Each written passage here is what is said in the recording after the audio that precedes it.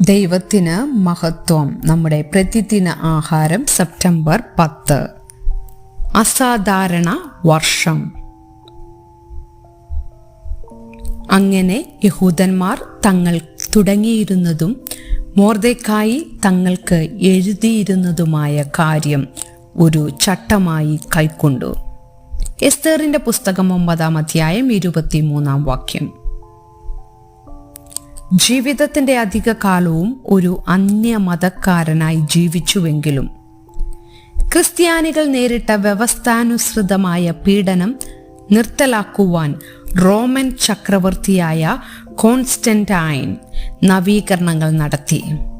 ചരിത്രത്തെ BC ക്രിസ്തുവിന് മുമ്പ് എന്നും AD ക്രിസ്തുവർഷം ആനോ ഡൊമിനി എന്നും വേർതിരിച്ച് കലണ്ടർ നടപ്പിലാക്കിയതും അദ്ദേഹമാണ്.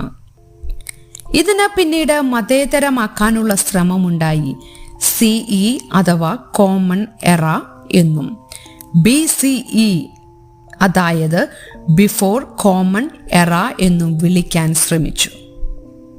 ദൈവത്തെ പുറത്തു നിർത്താനുള്ള ലോകത്തിന്റെ താല്പര്യത്തിന്റെ ഒരു ഉദാഹരണമായി ചിലർ ഇതിനെ കണക്കാക്കുന്നു.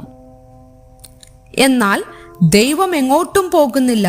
പേര് എങ്ങനെ മാറ്റിയാലും ചരിത്രത്തിന്റെ കലണ്ടർ യേശുക്രിസ്തുവിന്റെ ഭൗമിക ജീവിതത്തെ കേന്ദ്രീകരിച്ച് തന്നെയാണ് നിലകൊള്ളുന്നത്.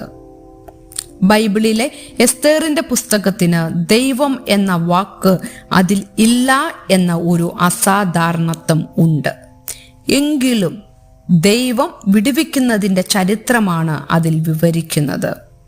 അവരുടെ ജന്മനാട്ടിൽ നിന്ന് നാടു കടത്തപ്പെട്ട യഹൂദന്മാർ ദൈവത്തെ അറിയാത്ത ഒരു നാട്ടിലാണ്. ശക്തനായ ഒരു അധികാരിക്ക് അവരെയെല്ലാം കൊന്നു മുടിക്കണമെന്ന് താല്പര്യമുണ്ടായി. എന്നാൽ എസ്തേർ രാജ്ഞിയിലൂടെയും മൊർദെഖായിലൂടെയും ദൈവം തന്റെ ജനത്തെ വിടുവിച്ചു. ഈ ചരിത്രമാണ് യഹൂദൻ പൂരീം ഉത്സവത്തിന് ഓർക്കുന്നത്. ലോകം തന്നോട് എങ്ങനെ പ്രതികരിക്കുന്നു എന്നത് വിഷയമാക്കാതെ യേശു സകലതും വ്യത്യാസപ്പെടുത്തുന്നു.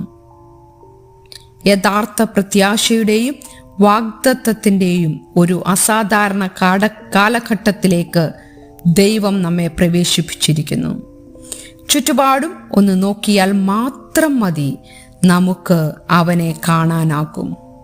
ചിന്തിക്കുക, ദൈവത്തെ പുറത്താക്കി എന്ന് തോന്നിപ്പിക്കുന്ന സന്ദർഭങ്ങളോട് നിങ്ങൾ എങ്ങനെ പ്രതികരിക്കും? ദൈവത്തെ നിങ്ങൾ ഇന്ന് ഏതെല്ലാം വിധത്തിൽ കാണുന്നു? ദൈവത്തിന് മഹത്വം.